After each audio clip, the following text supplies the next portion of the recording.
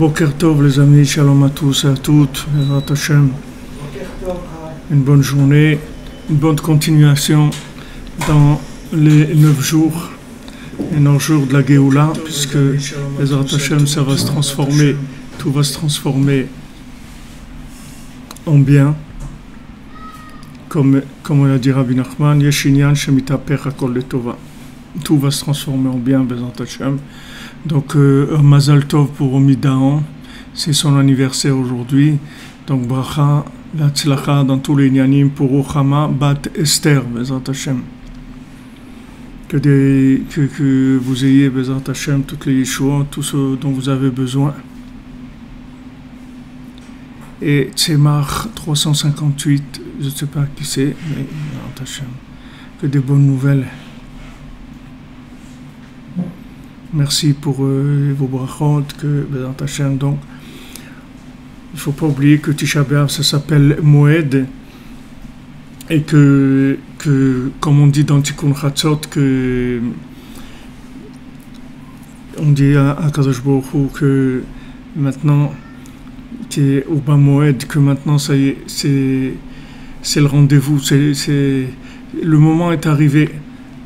Atatakum, on dit dans le Tikkun Chatzot, Atatakum, Terachem Tzion. Toi, tu vas te lever, Hachem, Terachem Tzion.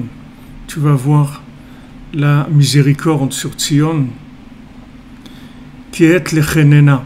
Parce que maintenant, c'est le moment d'avoir miséricorde qui va moed. Parce que le moment est venu. Rav Nachman dit, du moment où il y a Rabbi Nachman et Rabbi Nathan, ils sont venus dans le monde, puisque Rabbi Nachman, il a dit, s'il n'y avait pas eu Rabbi Nathan, il ne serait rien resté de moi. Donc du moment où il y a eu Rabbi Nathan qui est venu, cet élève, l'élève parfait, qui est venu avec le maître qui a amené l'enseignement de la Géoula, l'enseignement pour la délivrance de toute l'humanité, alors à ce moment-là, il dit, maintenant, toi Hachem, Atatakum, maintenant ça y est, c'est toi qui vas te lever. Maintenant, Terachem Tzion. Terachem, c'est valeur numérique 648. Terachem, Tav 400, Resh 200, ça fait 600, Chet 8, même 40.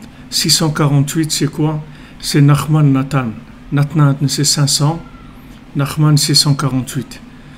Maintenant, il dit Hachem, Atatakum, Terachem Tzion. Du moment où tu as envoyé Terachem, du moment où tu as envoyé Nachman et Nathan, alors maintenant, qui est l'Echenena, maintenant, le moment est venu d'avoir pitié de nous, d'avoir pitié de l'humanité, c'est-à-dire d'envoyer la délivrance par la miséricorde totale. Parce que ce qu'ils sont venus enseigner, Nachman Nathan, c'est Terachem, c'est-à-dire que toi, tu n'es que miséricordieux. Alors maintenant, Atatakum, Terachem Tzion. Maintenant, ça y est, tu vas avoir pitié et tu vas amener la Géoula uniquement par miséricorde, qui est l'Echenena. Parce que maintenant, le moment est arrivé pour que tu puisses avoir pitié. Pour que tu puisses avoir pitié. Le moment est arrivé. Parce qu'ils ne sont pas... Attendez, Meria, j'ai l'impression que sur Facebook, ils ne sont pas... Sur YouTube. Ils ne sont pas en place. YouTube. Est-ce que pour YouTube, c'est bon? Vous êtes...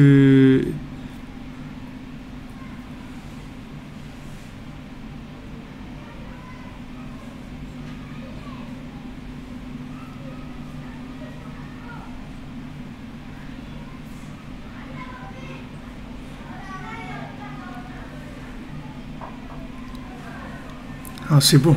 Ouais, merci. Merci, Madame Georgin, merci. Mon Hachem. Ok. Vous comprenez?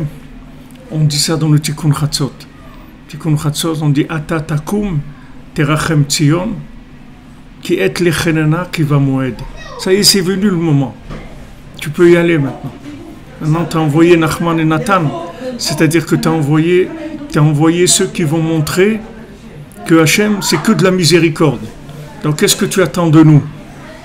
Tu attends quelque chose de nous? On veut, voilà, on est là, on attend. On attend, on est au rendez-vous. Comme il a dit le Rav de Salant, il a dit à Kadosh Baruch Hu, tu sais, il faut que tu envoies Mashiach.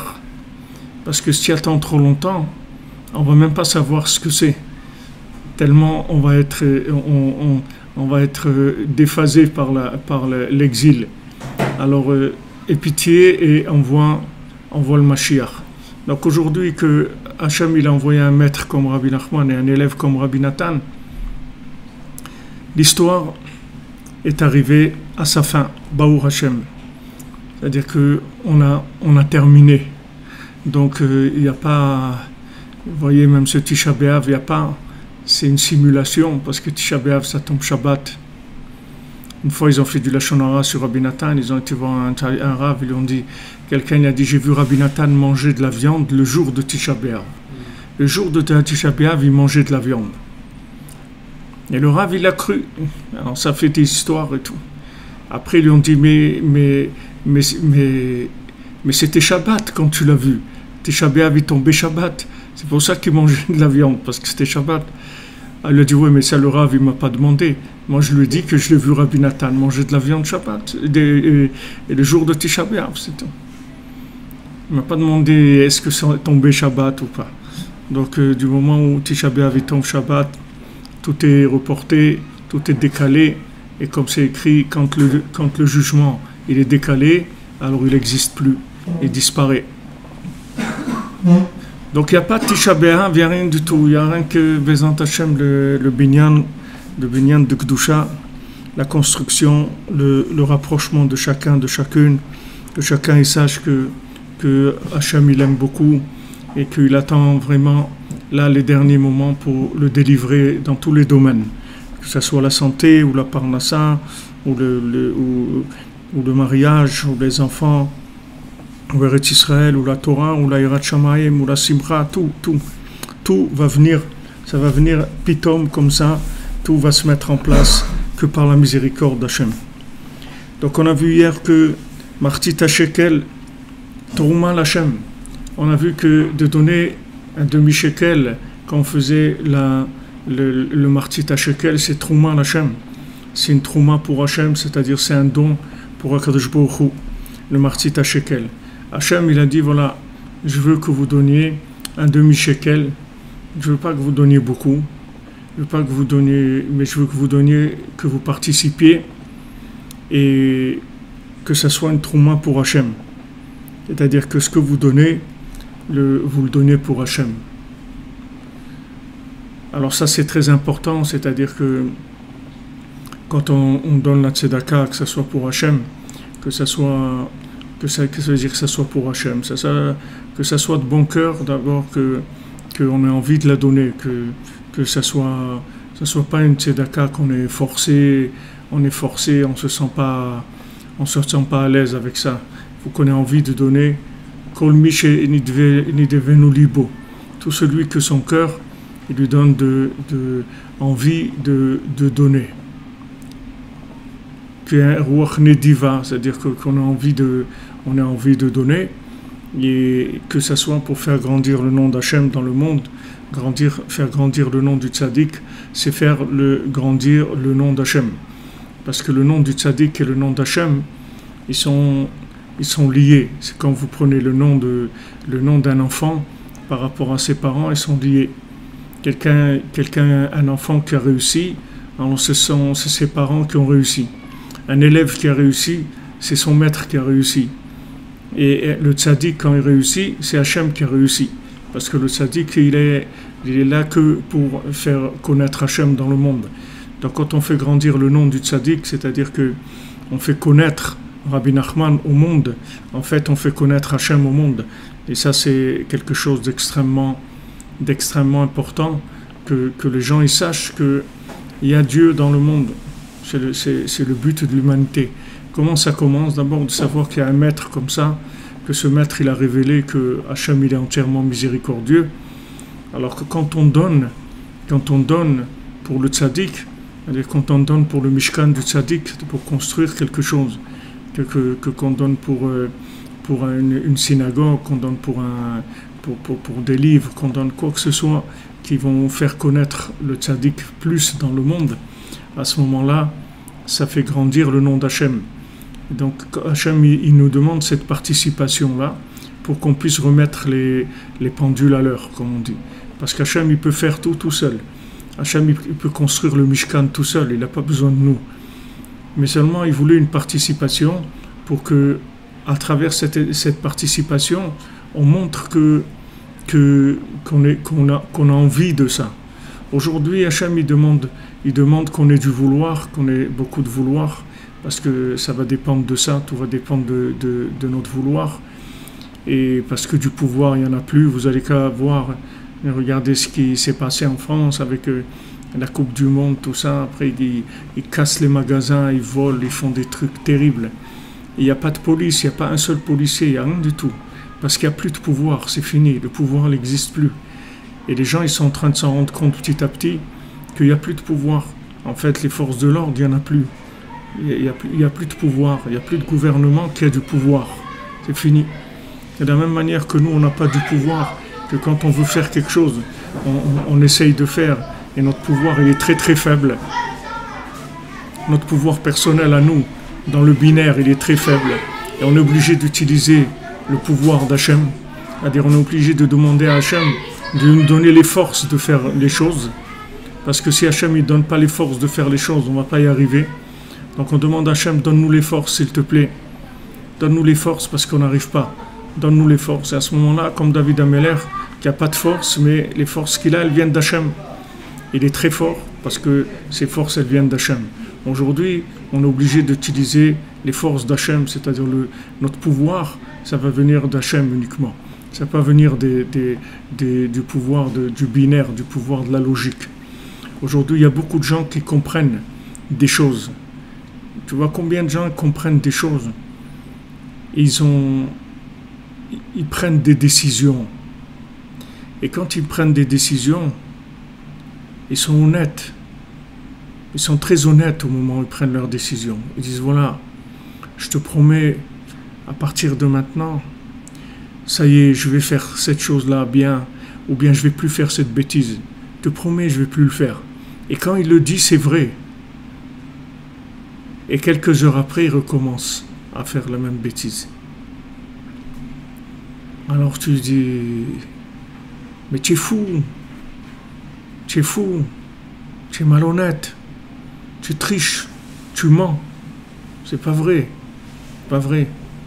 Il triche pas, il ment pas du tout, mais il n'a pas la force. Quand il dit je vais plus faire ça, c'est vrai. À ce moment-là, il est sincère.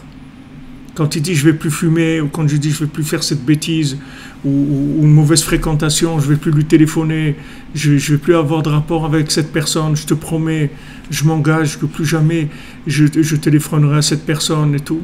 Et quelques heures après, il retéléphone encore à cette personne-là. Il dit mais tu es un menteur alors. Non, c'est pas un menteur. C'est pas un menteur. Il n'a pas la force, c'est tout. C'est pas un menteur. Alors au lieu de lui dire tu es un menteur, tu es un tricheur et tout, il faut lui dire viens, comment je peux t'aider? Tu veux arrêter ça? Tu vas arrêter de téléphoner à cette personne. Alors viens, je vais t'aider. Comment on peut faire? Comment on peut faire? Viens, on va trouver des solutions. On va trouver des solutions. Comment arriver à t'aider à faire ce que tu as envie de faire? Aujourd'hui, vous ne pouvez pas avoir de la rigueur avec quelqu'un en le traitant de menteur ou de tricheur et tout. Parce que cette personne-là, elle triche pas, elle ment pas. Juste, elle n'a pas la force, c'est tout. Donc c'est autre chose complètement. C'est-à-dire la personne, elle veut vraiment, mais elle peut pas. Donc il faut lui apprendre comment avoir le pouvoir. Comment avoir du pouvoir. C'est vrai que toi, tu n'as pas de pouvoir. C'est vrai. Tu as le vouloir, mais tu n'as pas de pouvoir. Mais sache que Hachem, il a le pouvoir. Le pouvoir, il appartient à Hachem. Donc maintenant, tu veux du pouvoir, demande-le à Hachem.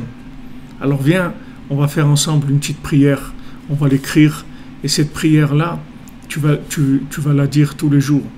Tu vas dire, regarde Hachem, cette personne-là, c'est une mauvaise fréquentation pour moi. Il ne faut plus que je parle avec elle, il ne faut plus que je téléphone, etc. Donc voilà, tu vas m'aider s'il te plaît. Parce que moi je veux, mais je n'ai pas la force. Alors s'il te plaît, tu vas m'aider. Et après tu dis, oui, je suis capable de ne plus téléphoner à cette personne-là, parce que je sais que Hachem, il va me donner la force de le faire. Et tu vas voir que ça va marcher. Et tu vas voir que d'un coup, tu vas te trouver des forces pour faire des choses que tu n'arrivais pas à faire avant. Tu dis, mais comment ça se fait? Comment ça se fait? C'est que tu as demandé le pouvoir à celui qui a le pouvoir. Et à ce moment-là, tu vas comprendre que de cette immense faiblesse que tu as, c'est ça qui va te rendre très très fort. Parce que quand tu vas trouver la source d'alimentation du pouvoir, ton pouvoir, il n'aura plus de limite. Pas le tien, celui d'Hachem. Tu vas te rendre compte que tu peux utiliser le pouvoir d'Hachem. Comme quelqu'un qui, avant, il utilisait une pile et au bout d'une heure, la pile, elle se vidait et il ne pouvait plus continuer à écouter la musique ou à faire ce qu'il faisait. Et maintenant, il a trouvé qu'il y a une prise de courant. Il suffit qu'il branche là-bas et ça marche tout le temps. Il n'y a aucun problème, ça ne s'arrête jamais. Une fois que tu vas trouver la source d'alimentation, tu vas voir que c'est extraordinaire, que tu peux tout demander à Hachem. Non seulement ça, mais c'est la seule chose qu'Hachem te demande. Hachem ne te demande rien d'autre. Il y avait une fois dans une ville quelqu'un qui était vraiment peu recommandable et mamache quelqu'un qui faisait des grosses bêtises. Alors la communauté, ils l'ont averti, ils lui ont dit regarde, tu ne peux pas rester parmi nous si jamais tu continues à faire des bêtises comme ça, etc. Donc on te demande de te reprendre et de faire ce qu'il y a à faire, de pas... Bon, ok, alors il a dit d'accord et tout, et voilà, il continue à faire les mêmes bêtises. Alors ils ont décidé de l'expulser de la communauté, de le renvoyer dans une autre ville. Alors quand ils ont pris cette décision, la nuit, Hachem il est venu en rêve au chef de la communauté, il lui a dit regarde, cet homme-là, ne le touchez pas, laissez-le tranquille. Parce que cet homme-là, tu sais pas qui c'est. Alors, il dit, voilà, tu vas aller la nuit, tu vas aller au cimetière la nuit, et tu vas aller voir qui c'est cet homme-là. Et qu'est-ce qu'il faisait cet homme-là? Quand, au milieu de la nuit, il allait au cimetière. Et là-bas, il prenait une chaîne, et il s'étranglait avec cette chaîne, et il hurlait vers Hachem, et disait, Hachem, sauve-moi du mal qui est en moi, sauve-moi de cette démence qui me prend tout le temps, sauve-moi de ça, je t'en supplie, je veux plus ça, je veux plus recommencer ça, sauve-moi. Et cette personne-là, elle faisait ça tous les soirs, et tous les jours, elle recommençait à faire les bêtises, mais toutes les nuits, elle faisait ça. Et Hachem, il dit, ce plaisir-là, qui me donne cette personne-là, tu peux pas me l'enlever.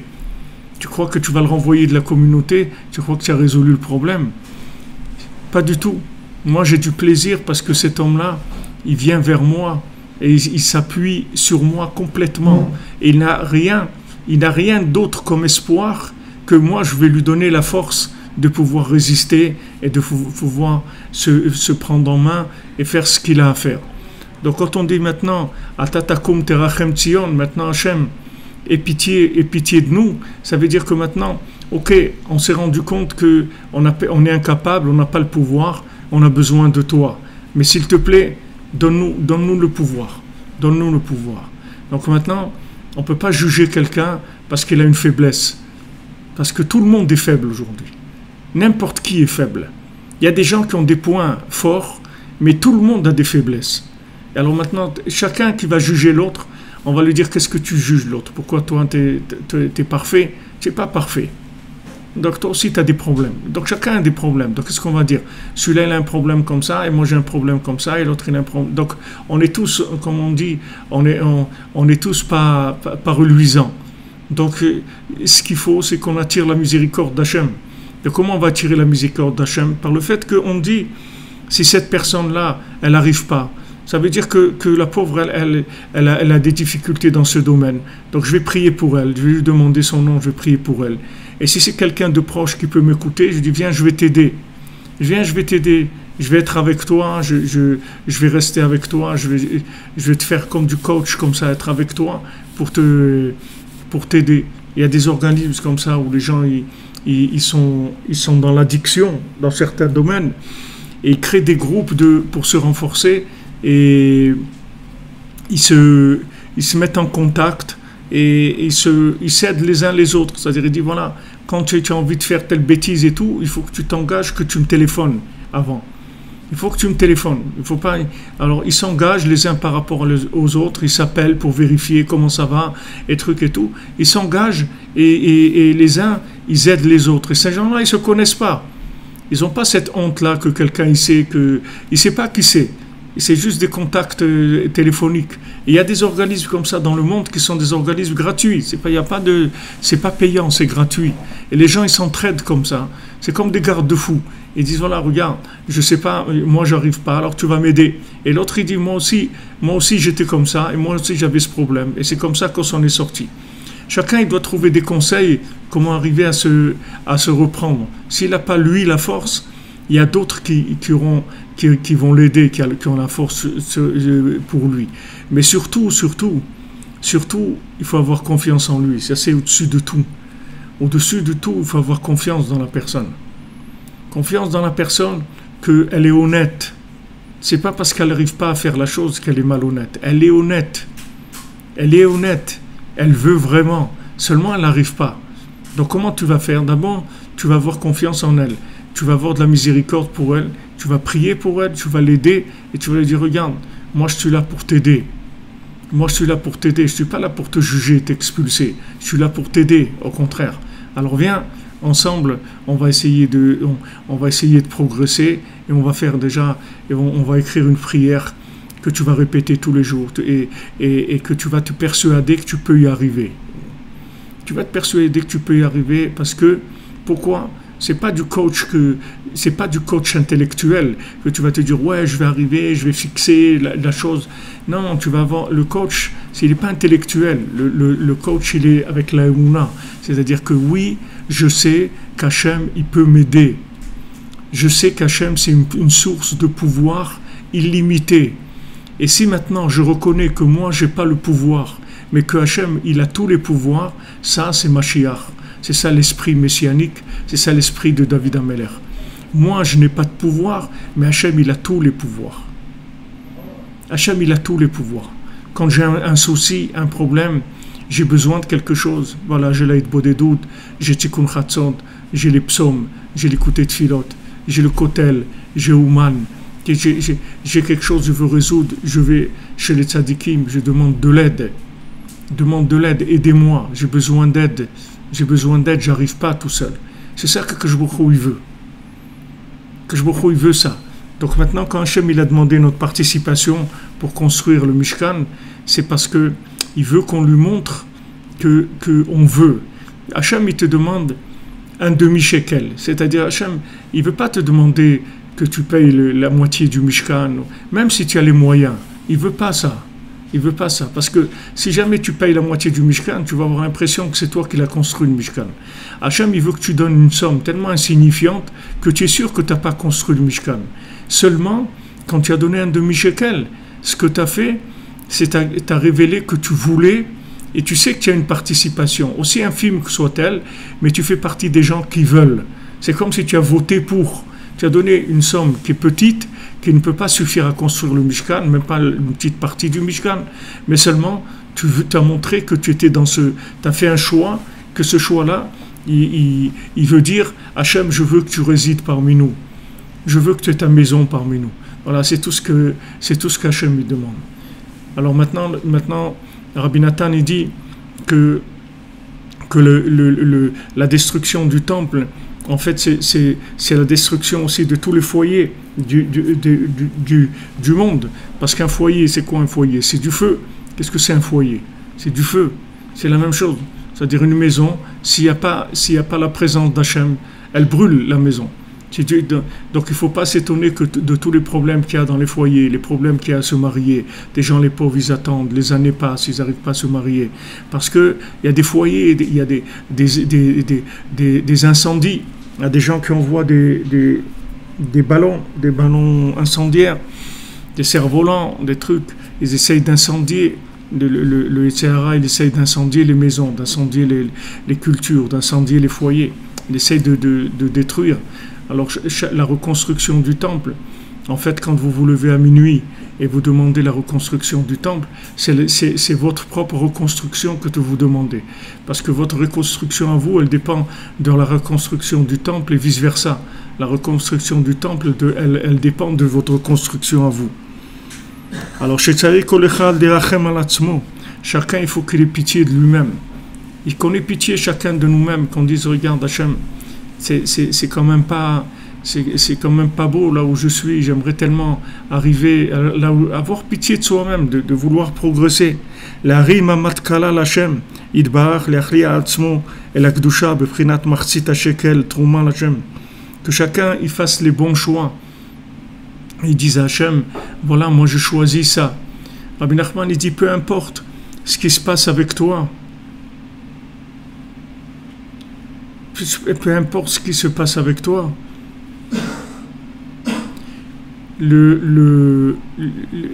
tous les jours, tu demandes, tu dis à Hachem, voilà, aujourd'hui je commence à te servir.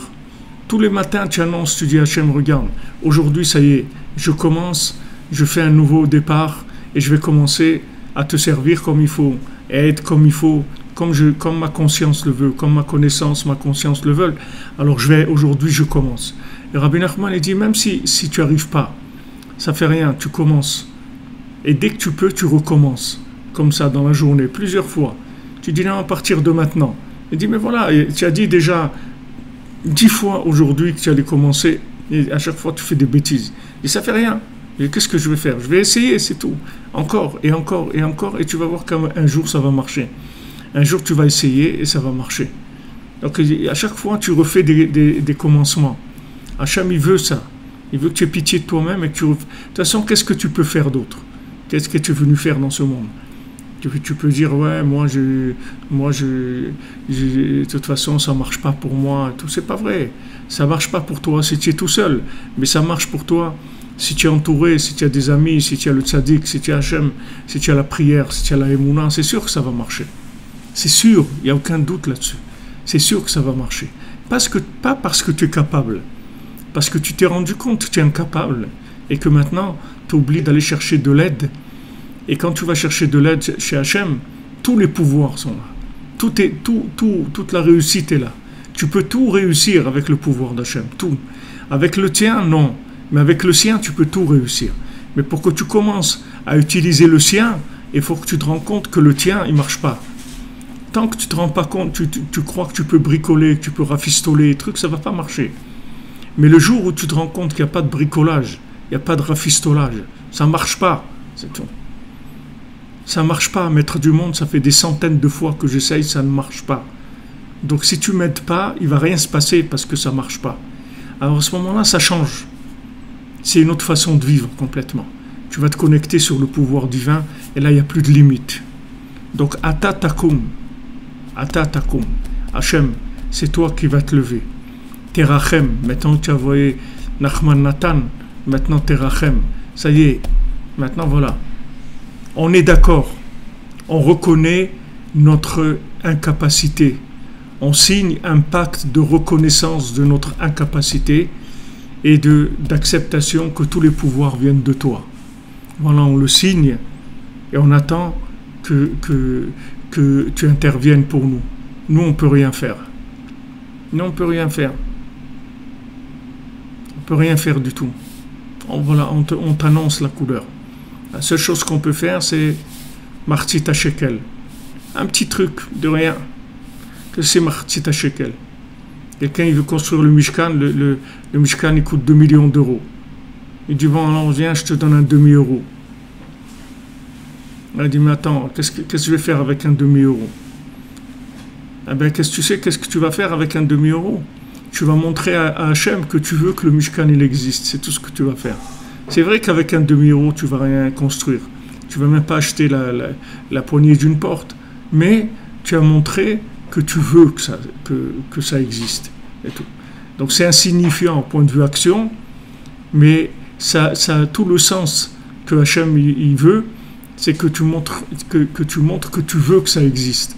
Tandis que maintenant, si tu pouvais payer le Mishkan, peut-être que ton vouloir, il serait pas aussi évident que si tu donnes une somme insignifiante qui montre que de toute façon, avec ça, tu ne peux pas le construire.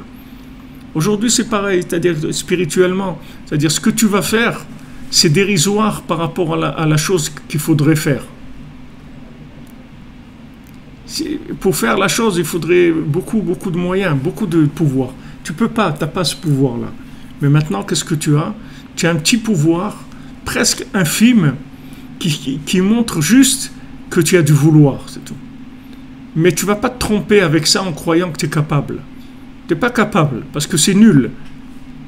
C'est nul. Si tu prends un Mishkan, il coûte 2 millions d'euros, ok, j'ai donné un demi-euro. Donc qu'est-ce que j'ai fait? J'ai rien fait du tout. Non, tu as fait quelque chose de très grand. C'est que tu as montré que tu veux que ça existe. Voilà, c'est tout ce que Hachem te demande. C'est pour ça que c'est difficile la parnassa, comme l'ouverture de la mer Rouge précisément. Pourquoi il y a eu nos sages, ils comparent ces deux éléments, pourquoi ils mettent en rapport ces deux éléments-là. כי משה רבנו המשיך ופרסם השגחתו בעולם על ידי האותות והמופתים שעשה במצרים על ים סוף, ונסגלה חידוש העולם והשגחתו יתברך עד שנחשב כאילו נברא העולם אז. Parce que maintenant, qu'est-ce qu'il a fait Moshe Rabbeinu? Il a fait connaître la providence divine dans le monde avec tous les miracles qu'il a fait en Égypte et sur la mer Rouge. Et à ce moment-là, s'est révélé le Chidush HaOlam. C'est-à-dire le Chidush HaOlam, comme quoi Hachem il renouvelle le monde et il renouvelle les facteurs et les statuts des choses.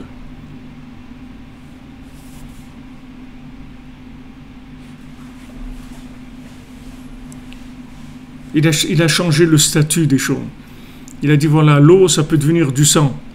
Les sauterelles, ça peut faire ça. Les grenouilles, elles peuvent faire ça. Hachem, il a changé le fonctionnement logique des éléments. Ça, c'est Emunat Chidush HaOlam, c'est-à-dire que maintenant, quand Hachem, il te dit, voilà, de l'eau, tu crois que c'est de l'eau? Oui, tu crois que ça va toujours être de l'eau? Ben non, voilà, ça devient du sang, en une seconde. Tu vois, des grenouilles, normalement, elles sont dans l'eau. Et ben non, elles vont sortir de l'eau, elles vont rentrer partout, même dans le ventre de Paro, partout elles vont être, les grenouilles. Donc Hachem, il change le système, la logique du système. Donc mon cher Rabbeinu, c'est ça qu'il a amené principalement dans le monde. C'est que ne croyez pas que ce système-là, la logique du système, c'est quelque chose d'absolu. C'est une logique qui est latente et qui est voulue à chaque fois. C'est-à-dire qu'il n'y a aucune logique et aucune cause à effet. Tant que l'eau c'est de l'eau, c'est parce qu'il y a un vouloir que ça soit de l'eau. Si Hachem il veut que l'eau ça soit du sang, alors ça devient du sang. Donc ça c'est ce qu'il a fait descendre Moshe Rabbeinu. Jusqu'à ce qu'il y ait une telle révélation du vouloir d'Hachem qui se cache dans la logique que ça a été considéré comme si le monde avait été créé à ce moment-là. Parce qu'il y a une prise de conscience de dire ah mais c'est ça, mais je savais pas que c'était ça. Je savais pas que c'était ça. Une fois il y avait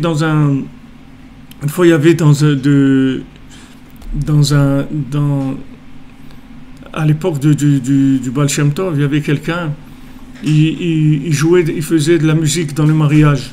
Il jouait du tambour dans le mariage. Et il était aveugle. Et tout le monde le prenait pour le mariage et il faisait de la musique, etc. Et quand il a vieilli, il est tombé malade.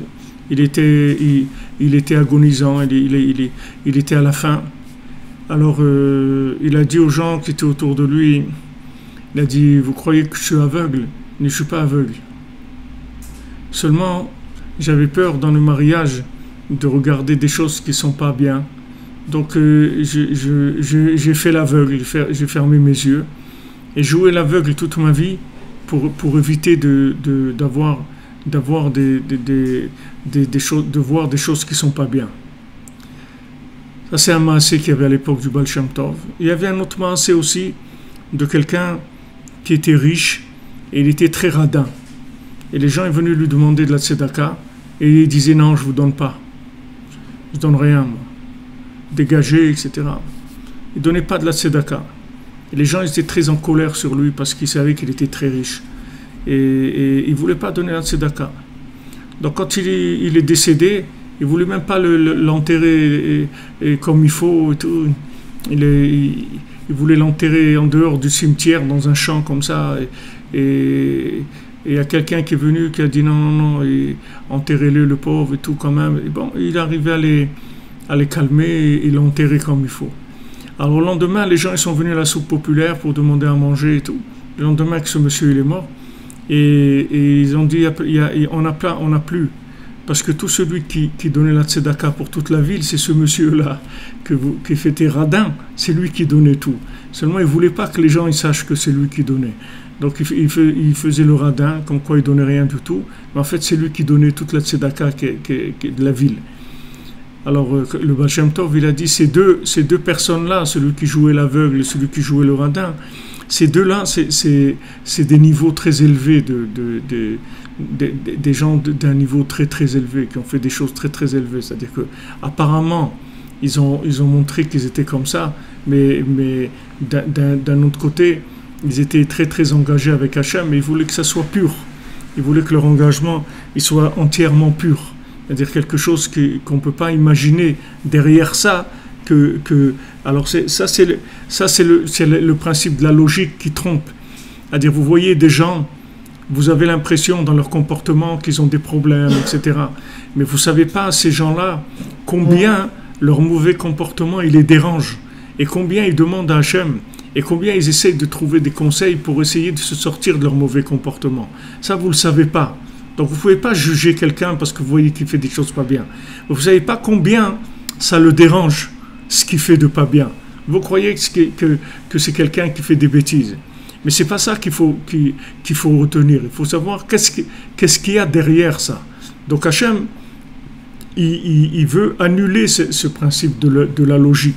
Il veut que les gens arrêtent de fonctionner avec des déductions logiques par rapport à ce qu'ils voient, ou ce qu'ils entendent, ou ce qu'ils sentent. Ils veulent que Hachem, il veut que les gens ils se connectent à une autre dimension et qu'ils aient de la miséricorde. Donc Hachem, il montre, regarde, il n'y a pas de logique. Sache qu'il n'y a pas de logique. Même si 1000 fois tu es tombé, la 1001e fois, tu ne vas pas tomber. Et tu ne vas plus jamais tomber. Il faut que tu saches que ça peut changer d'un coup, en une seconde, sans aucune raison logique, rien. Tu ne vas pas voir arriver la chose, du tout. Pitom comme ça. Pourquoi ça s'appelle Ketzaplaot, la fin des merveilles? La fin des merveilles. Aujourd'hui, on est dans le Ketzaplaot, c'est-à-dire c'est des merveilles. C'est des choses qui sont incompréhensibles. Voilà, maintenant, vous avez des gens, ils attaquent avec des cerfs-volants. On n'a jamais vu ça dans le monde. Ça n'a jamais existé, la guerre des cerfs-volants. Il y avait la guerre des boutons, mais pas la guerre des cerfs-volants. On n'a jamais vu la guerre des cerfs-volants. C'est quoi la guerre des cerfs-volants? Ça s'est jamais vu. Parce que c'est que des trucs, et vous avez une armée en face avec des trucs électroniques, des missiles, des trucs, et ils ne peuvent rien faire parce que c'est quelque chose qui est complètement, qui enlève toute logique. C'est-à-dire, on ne sait pas par où attraper ça. Tu vas tuer quelqu'un parce qu'il envoie un cerf-volant, et tu te dis, mais j'ai rien qu'envoyé un cerf-volant. C'est tout. Alors tu pries, tu demandes à Hachem. Hachem fait tourner le vent de l'autre côté. Fais tourner le vent. Hachem, toi tu peux, c'est rien du tout que tu changes le vent. Que tu fais tourner le vent de l'autre côté, d'une manière à ce que les cerfs-volants, ils n'arrivent pas chez nous. Ça, tu peux faire. Alors voilà, c'est tout ce qu'il veut, Hachem. Tu lui demandes ça, c'est tout. Tu lui demandes ça. Tu dis, regarde, arrête de brûler nos terres, de brûler tout ce qui est notre production alimentaire et tout. Pourquoi Hachem, tu laisses faire ça? Amène un vent qui détourne les cerfs-volants vers la mer, qui s'en aille.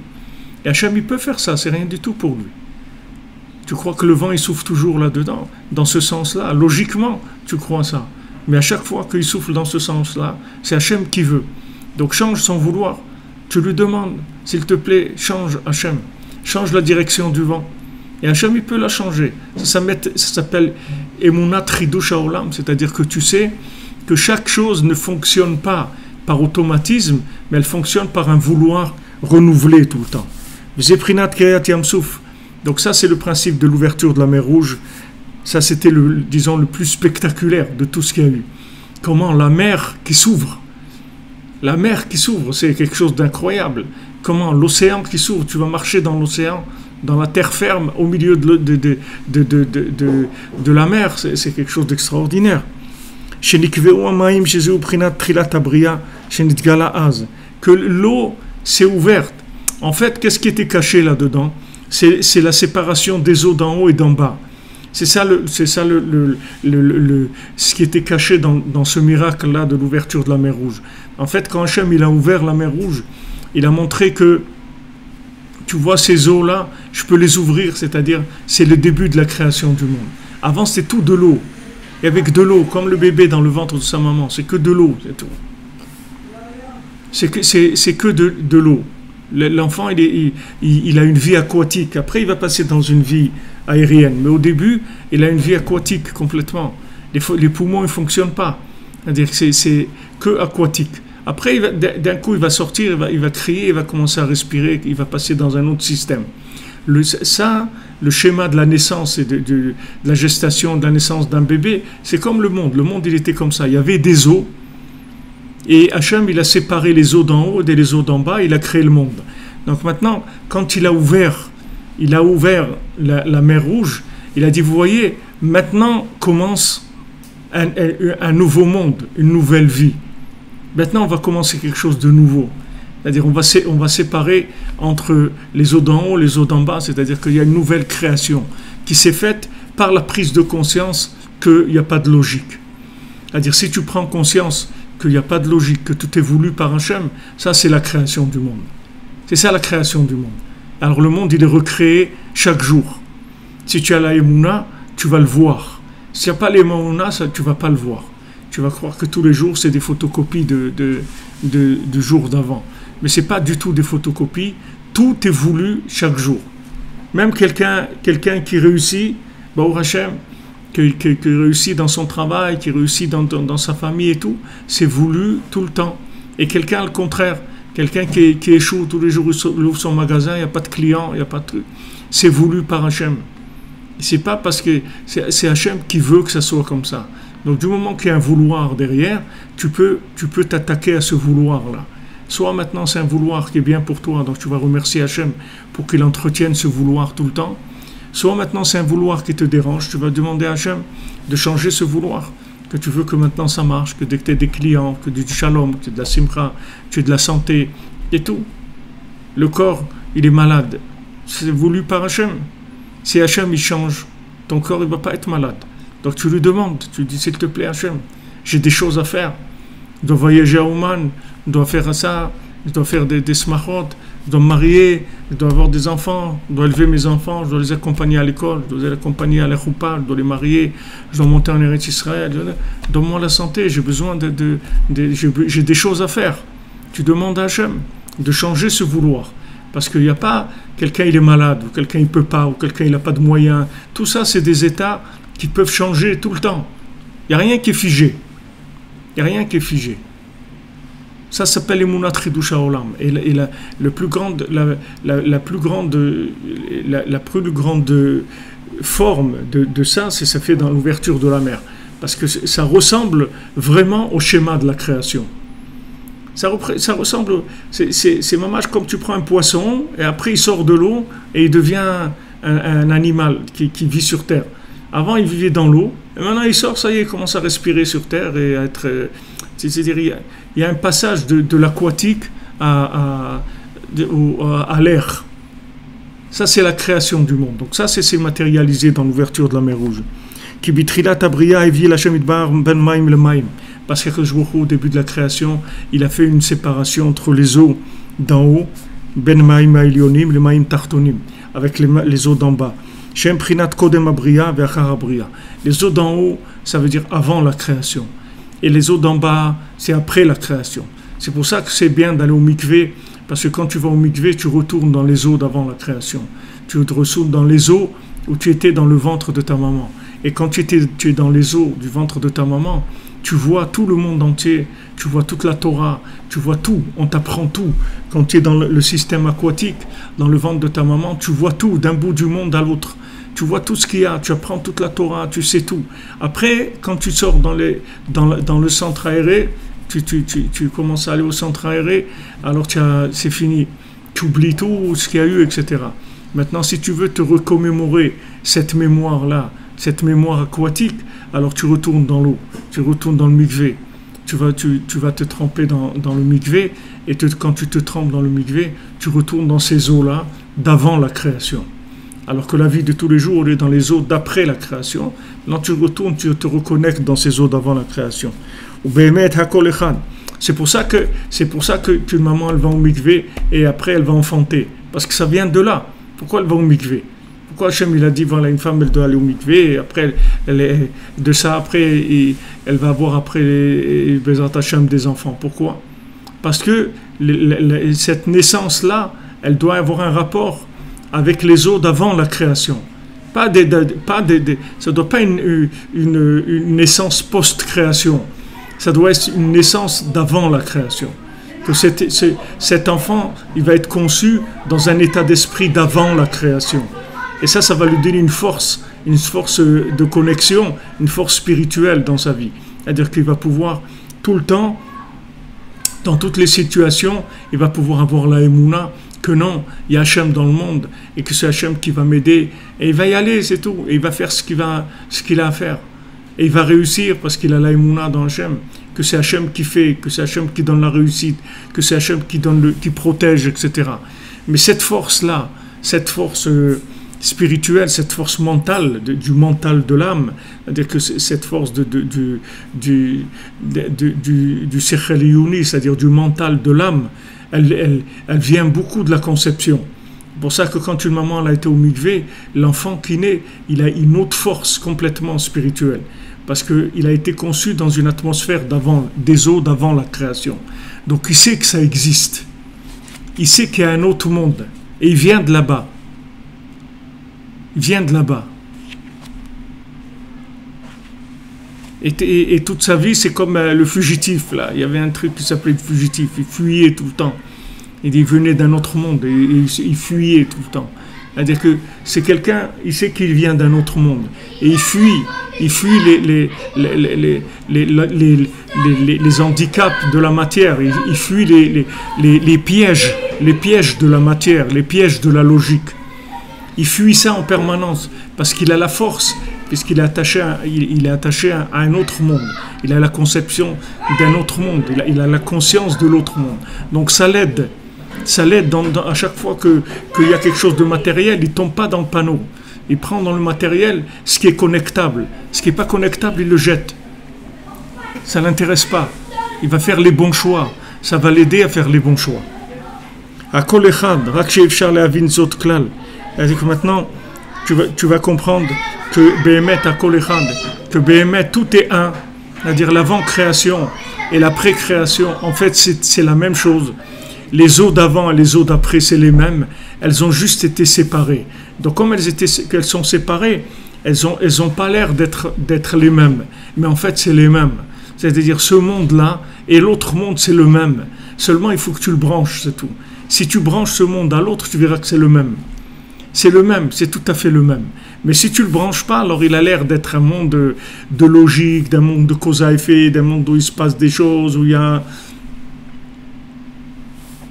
Tu crois que ce monde-là, il est séparé, il est autonome, il y a celui-là, il y a l'Iran qui fait ça, il y a le truc, il y a celui-là, il y a la Coupe du Monde, il y a Macron, il y a Trump, il y a Poutine, il y a ça. Et vas-y, tout ça, tu crois que c'est un truc où il y a des gens qui peuvent décider, qui peuvent faire... Il n'y a rien.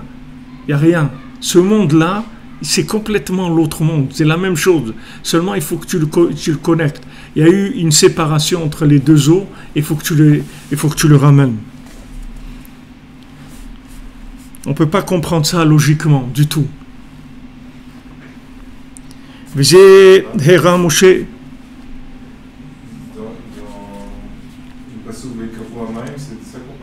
Ouais. C'est עוד לפני החטא. Ouais.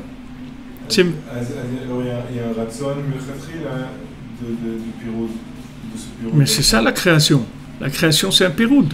C'est-à-dire, c'est une séparation. Avant tout, c'est le début de la création. C'est mamash. Hachem, il a réuni les eaux.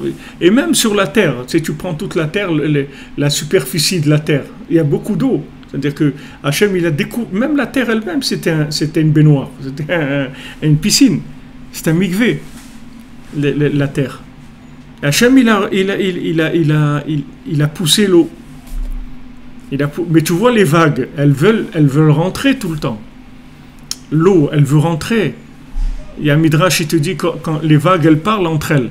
Elle dit, je vais rentrer, je vais noyer le monde. Elle arrive au bord, tac, elle se casse. Qu'est-ce qu'il a fait se casser? Il n'y a rien.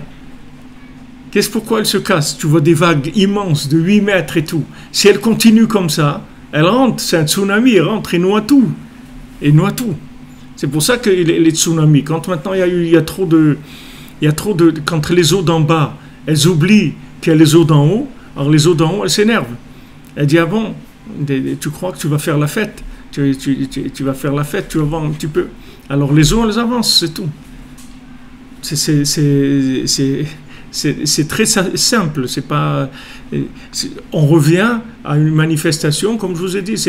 Quand le Beth Amikdash il a brûlé, c'est pas parce qu'Hachem s'est retiré, c'est parce qu'Hachem s'est révélé plus que d'habitude. Ça a brûlé le temple. Parce qu'Hachem ne pouvait plus supporter qu'on l'ignore. Il dit, vous m'ignorez, vous allez voir, je vais venir. Et quand il vient, ça brûle, parce qu'on ne peut pas supporter cette lumière-là. Alors ces eaux-là, les eaux d'avant, elles sont d'accord de communiquer au compte-gouttes avec les eaux d'en bas. Mais seulement, il faut que les eaux d'en bas, elles n'oublient pas qu'il y a les eaux d'en haut. Si elles oublient, elles commencent à aller dans des trucs complètement opposés et qui disqualifient complètement la possibilité de recherche d'Hachem, des comportements qui disqualifient. Ces comportements qui disqualifient, ils attirent beaucoup de rigueur, parce que l'eau d'en haut, si elle s'énerve, ça amène beaucoup de dégâts dans le monde. Donc tu vois ces images-là, c'est très impressionnant, les vagues. Très très impressionnant. Ça a une force énorme. La vague, ça a une force énorme. Et pourtant, tu vois, tu vas attendre quelques minutes, ça va devenir 1 centimètre d'eau qui va être tout doux, qui va finir sur le bord comme ça, ou même qui va se fracasser sur des rochers ou autre. Mais tu vois qu'il y a un moment où, tac, elle s'arrête. Et il y a un midrash qui fait parler les vagues. Il rapporte ça à Rabbi Nathan, tu vois. Les vagues, elles partent, elle dit, viens, on va les détruire et tout. Et l'autre, elle lui dit, mais tu es folle, on ne peut rien faire du tout. Tu ne sais pas ça. Tu vas voir, on va aller au bord, on va s'arrêter complètement. On ne peut pas. Tu ne comprends pas qu'il y a quelque chose qui bloque, qu'on ne peut pas aller au-delà. Et elle voudrait aller. Parce que des fois, la nature elle-même, elle est très énervée contre l'homme, qui se comporte de façon tellement abjecte et tellement mal. Elle veut se révolter contre l'homme, mais Hachem il retient ça, il ne les laisse pas. Mais si Hachem ne retient pas les eaux, il noie le monde, comme c'était avant, comme c'était le déluge. Le déluge, c'est quoi? C'est l'eau qui revient, c'est tout. C'est le retour de l'eau. Le retour de l'eau, Hachem Ishmor, c'est terrible. Donc ça, c'est la création, c'est avant tout, avant Adam Arishon, avant qu'il existe quoi que ce soit. Le point de départ, c'est ça. C'est la séparation entre les eaux d'en haut et les eaux d'en bas.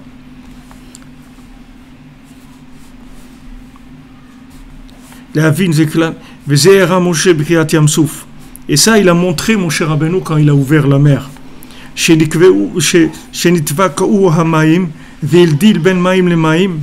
Que les eaux se sont ouvertes. Et il a séparé entre les eaux et les eaux.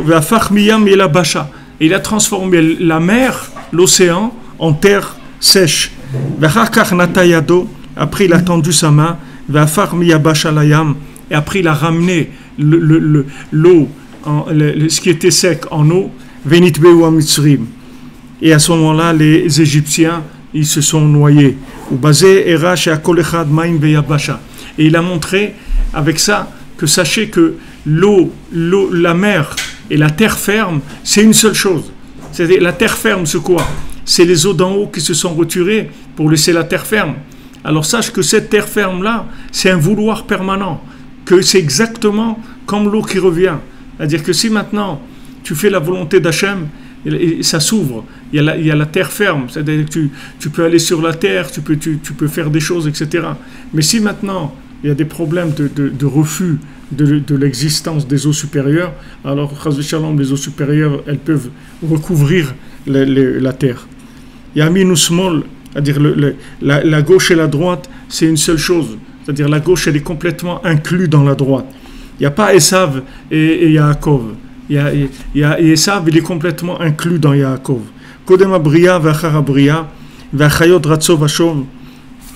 Bon, ça, Bezat Hashem, on continuera demain. Be'atzlacha, bonne journée. Bezat Hashem, ça va venir. Tout le monde aura le mérite, Bezat Hashem, d'aller au mikvé, de faire ce qu'il y a à faire pour le Ratson Hashem. Et c'est toujours pareil, quand on n'arrive pas à faire quelque chose, quand on n'arrive pas soi-même à faire quelque chose, alors on se connecte sur un mouvement qui fait cette chose-là. Je vous avais raconté qu'à Ouman, il y avait quelqu'un qui faisait partie de ces bandes là, des bandits là qui tuaient des gens, un juif qui était dans ces bandits là, et quand il était dans ces bandes, il a tué des gens. Et après, il a voulu faire tchouva. Et quand il a voulu faire tchouva, alors Rav Yitzhak qui lui a dit, regarde, maintenant c'est le communisme, on n'a pas de mikvé à Ouman. Les gens, ils peuvent pas aller, les femmes, elles peuvent pas aller au mikvé et tout, ils devaient aller, je sais pas à combien de kilomètres, où il y a un truc d'eau et tout.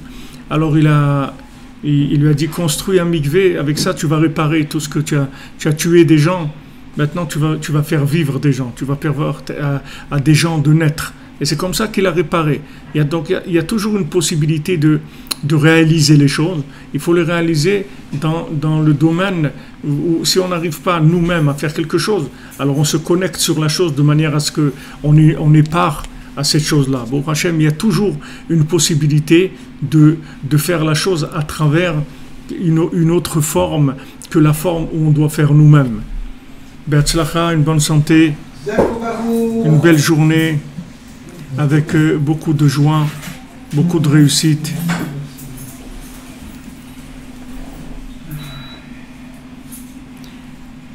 Et oui, il pleuvait des trombes à Ouman. Ouais, des fois, il y a beaucoup de pluie. Hier ouais, c'est vrai, j'ai vu qu'il y avait beaucoup de pluie. Merci les amis d'être là. Merci de votre soutien, de votre présence. Et on construit. Chaque jour, on construit. Vous allez voir. Ça va marcher, ne vous faites pas de soucis. On a des garanties que ça va marcher. On est sûr que ça va marcher, Bezat Hashem. Pour chacun, pour chacune, pour toute l'humanité, ça va marcher.